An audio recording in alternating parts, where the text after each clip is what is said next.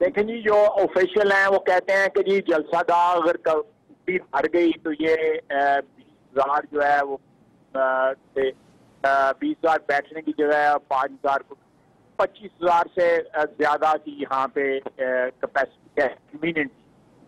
لیکن اگر پیکڈ ہو جائے تو اور آپ 5-7 ہزار ایڈ کر لیں.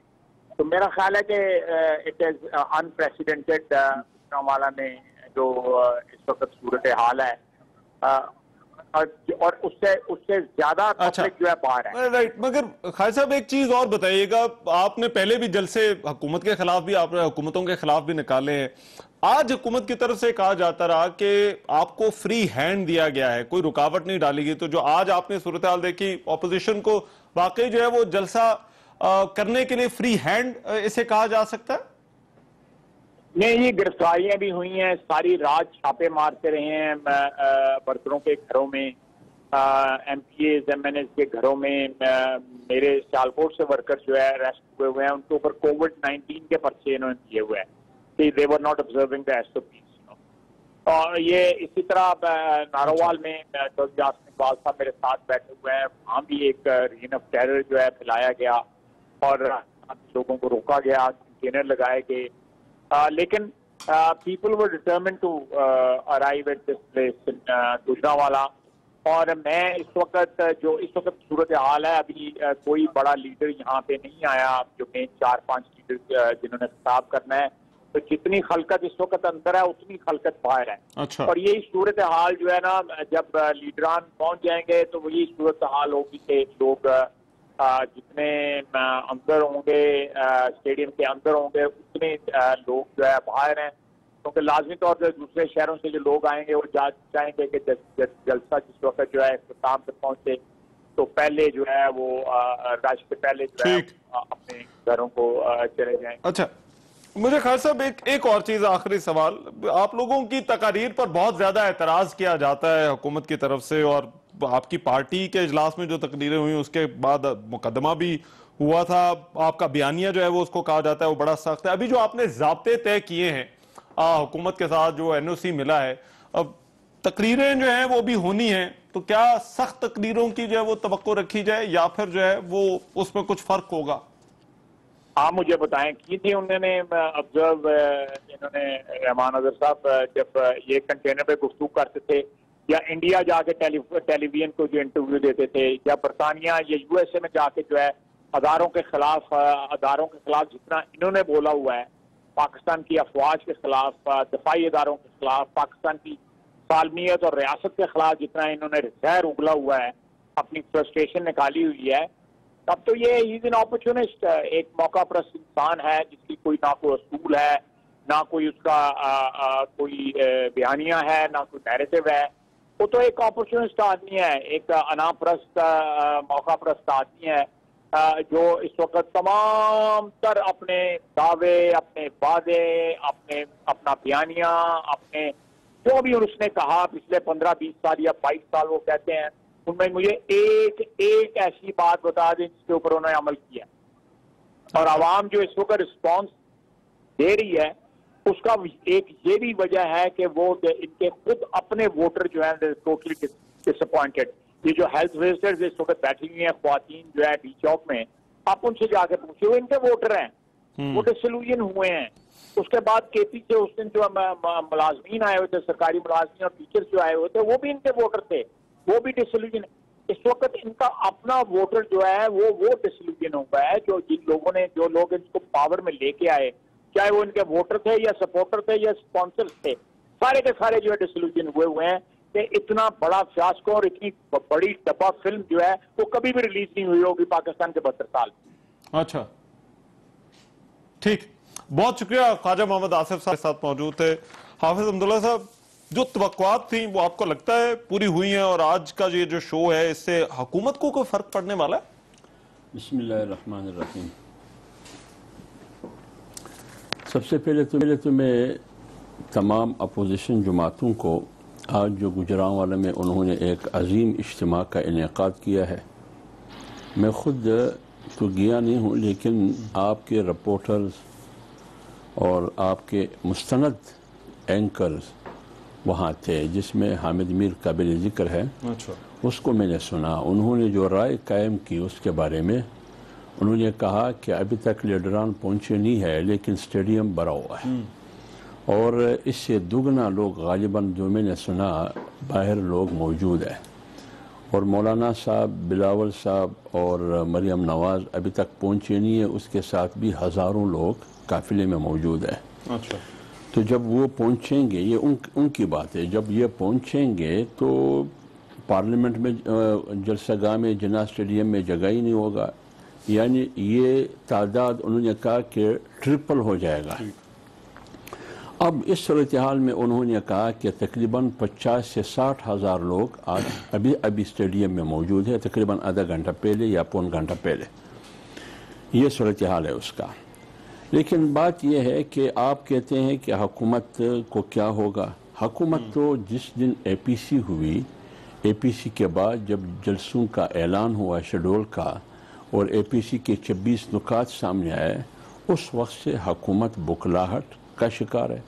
حکومت حواس باختہ ہو چکی ہے اور خوفزدہ ہو چکی ہے. اس کے لیے اب کیا فرق ہے؟ میرا سوال ذرا سن لیجیے. جلسے عمران خان نے بھی بڑے بڑے کیے تھے. حکومت 5 سال مسلم لیگ نون کی رہی. آپ نے ابھی جو ہے وہ عمران خان کی حکومت میں ہی جلسے کیے تھے مگر حکومت قائم رہی. تو لوگ اکٹھے کرنا ایک اور بات ہے لیکن اب آپ کو کیا لگتا ہے کہ اب آپ نے لوگوں کو سڑکوں پہ نکالے تو اب فرق اب کیا چیز مختلف ہے؟ دیکھیں میری بات سنیں. مقصد کیا ہے؟ مقصد ہم اس ملک میں چاہتے ہیں فری اینڈ فیئر الیکشن. ٹھیک. ہم چاہتے ہیں اس ملک میں آئین کی بالادستی. ہم چاہتے ہیں کہ اس ملک میں پارلیمنٹ منتخب پارلیمنٹ ہو. یہ ربڑ سٹیمپ پارلیمنٹ ہے.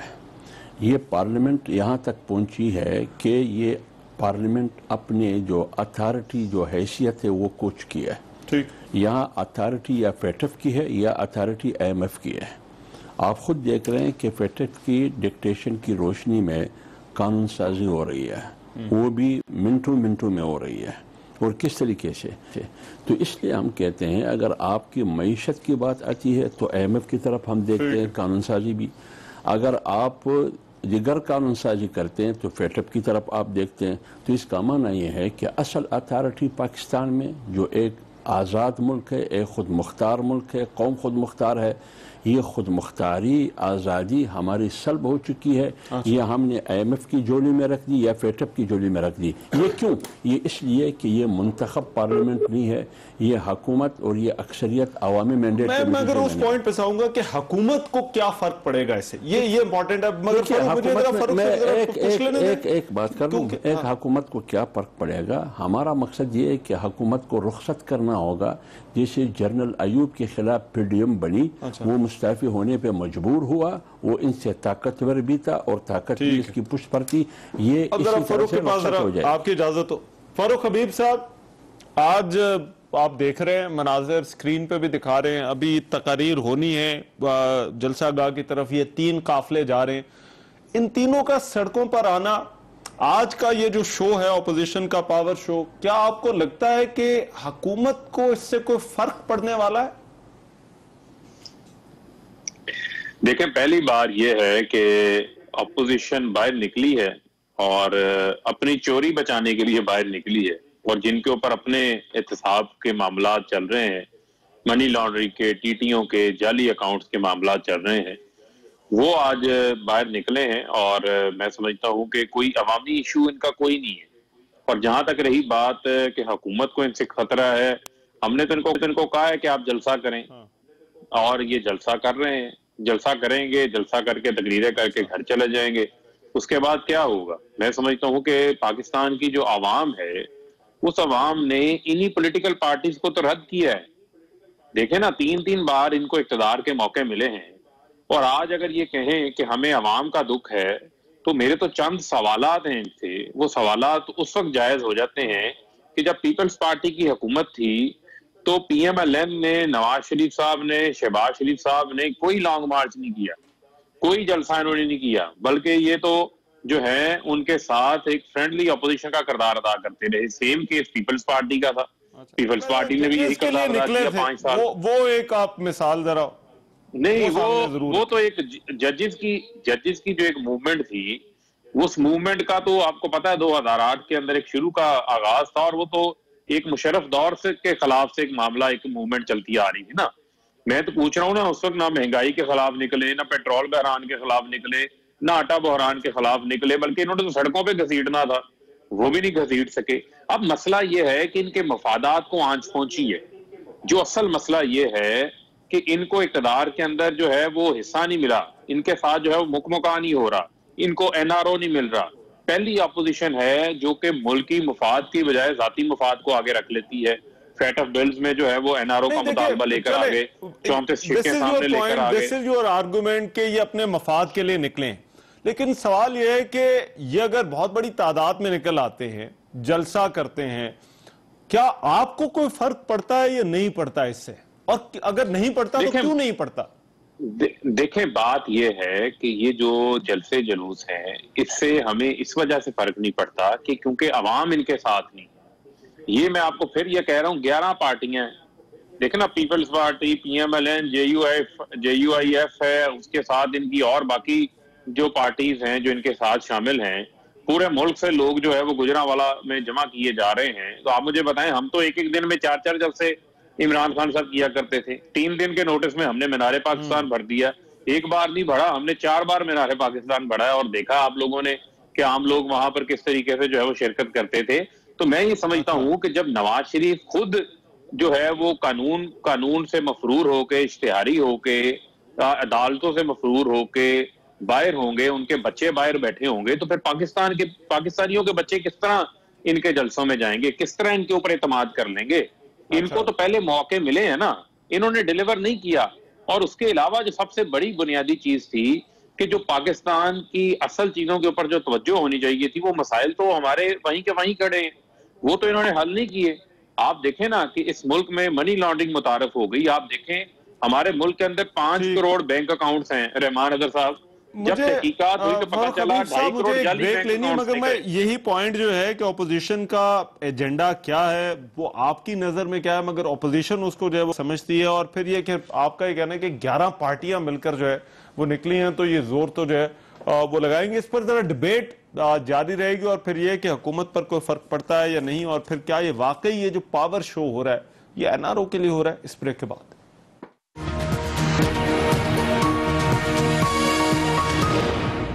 بریک کے بعد پروگرام میں ایک مرتبہ پھر سے خوش آمدید. کیا اپوزیشن کی تحریک کا آغاز کامیاب رہا اور کیا حکومت پر کوئی فرق پڑے گا یا نہیں، یہ ہماری آج کی ڈیبیٹ ہے. روبینہ خالد صاحبہ، یہ آج ویژولز ہم نے دیکھے ہیں جو بریک پر جانے سے پہلے فاروق حبیب صاحب بات کر رہے تھے کہ 11 پارٹیاں ہیں. تو 11 پارٹیاں تو جو ہے وہ جلسہ ان اینی کیس تگڑا کر لیں گی، لیکن اس کے باوجود حکومت پر کوئی فرق نہیں پڑے گا یا جلسوں سے کوئی فرق نہیں پڑتا. Do you agree with that? کیونکہ یہ میں حافظ صاحب سے بھی پوچھ رہا تھا کہ جلسے بڑے بڑے ہو جاتے ہیں، دھرنے تک ہوئے ہیں، لوگ اسلام آباد بھی آ کر بیٹھے، لیکن حکومت پر کیا کوئی فرق پڑے گا یا نہیں پڑے گا؟ دیکھیے، جو فرق صاحب کا جو بیانیہ ہے نا، یہ بہت ہی گھسا پٹا ہوا اور جو ہے نا اب اس میں کوئی زندگی کی رمق باقی نہیں ہے اس بیانیے میں. کیونکہ لوگ جو ہے، عام جو عوام ہے، وہ یہ باتیں سن کے ان کے کان پک چکے ہیں کہ یہ اپوزیشن NRO مانگ رہی ہے، اپوزیشن پتہ نہیں کیا کر رہی ہے. لوگ اب ان سے پوچھ رہے ہیں کہ چلے اپوزیشن تو جو بھی کر رہی ہے، آپ بتائیں کہ آپ ہمارے لیے کیا کر رہے ہیں. یہ جو ہے آپ اس کو کسی طریقے سے بھی وہ جو ایک دھرنا انہوں نے کیا تھا بڑا فرمائشی قسم کا، اس دھرنے میں اور اس وقت ملک میں جو موومنٹ چلی ہے اس میں بہت فرق ہے. پہلی بات تو یہ ہے کہ صرف سیاسی پارٹیاں باہر نہیں ہیں. اگر میرے بھائی تھوڑا سا تکلیف کر لیں اور دیکھ لیں جا کر، تو اس وقت بھی ڈی چوک پہ ہماری جو ہے لیڈی ہیلتھ ورکرز وہ سڑکوں پہ، ہمارے ڈاکٹرز وہ سڑکوں پہ، ہمارے ٹریڈرز وہ سڑکوں پہ، سرکاری ملازمین تمام سڑکوں پہ. اور جو مہنگائی کا طوفان ہے وہ ایک الگ تکلیف کا باعث ہے لوگوں کے لیے. تو ان کو تو ہمارا شکر گزار ہونا چاہیے، اپوزیشن کا ان کو شکر گزار ہونا چاہیے کہ اپوزیشن نے اس موومنٹ کی اونرشپ لے رہی ہے. کیونکہ اس وقت پورا پاکستان سراتا احتجاج ہے، اور اگر پولیٹیکل پارٹیز اس کی اونرشپ نہیں لیتی تو وہ موومنٹس جو ہوتی ہیں، جو لیڈر لیس موومنٹس ہوتی ہیں، وہ موومنٹ تو ہوگی وہ جو ہے بغاوت تو ان کے خلاف ہوگی، لیکن اگر سیاسی جماعتیں اس کو لیڈ کریں گی تو کم از کم ملک انتشار سے بچ جائے. تو ان کو بجائے یہ کرتے کہ بچکانا اقدامات تو آپ دیکھیں نا، آج انہوں نے 15 بندوں کا جو ہے نا وہ سینیٹ کا اجلاس منگوا لیا، پھر اس میں اسی طرح جو ہے نا کوئی 50 نکلے نیشنل اسمبلی میں تھے. یہ بچکانا حرکتیں رات کے اندھیرے میں جی آرڈر ہو گیا کہ جی پارلیمنٹ کا اجلاس ہو گیا ہے. کیوں؟ آخر ان کو کس بات کا خوف تھا؟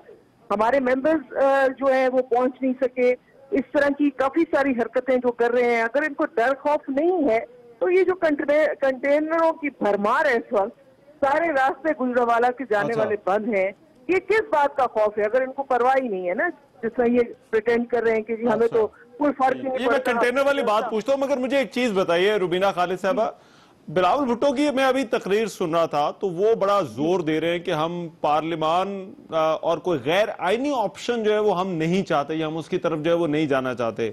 حافظ حمداللہ صاحب ساتھ بیٹھے وہ کہتے ہیں ہم یہ پارلیمان کو جو ہے وہ مانتے ہی نہیں ہیں. یہ جو مقاصد ہیں اپوزیشن کی تحریک، آپ کو کیا لگتا ہے یہ بھی ایک ہے؟ یہ مختلف جو ہے وہ باتیں جو ہیں وہ کہ تحریک سے حاصل کیا ہوگا یا آخر میں اپوزیشن کیا چاہتی ہے، اس کے اندر جو ہے وہ فرق کیوں نظر آتا ہے جب یہ لیڈر بات کرتے ہیں؟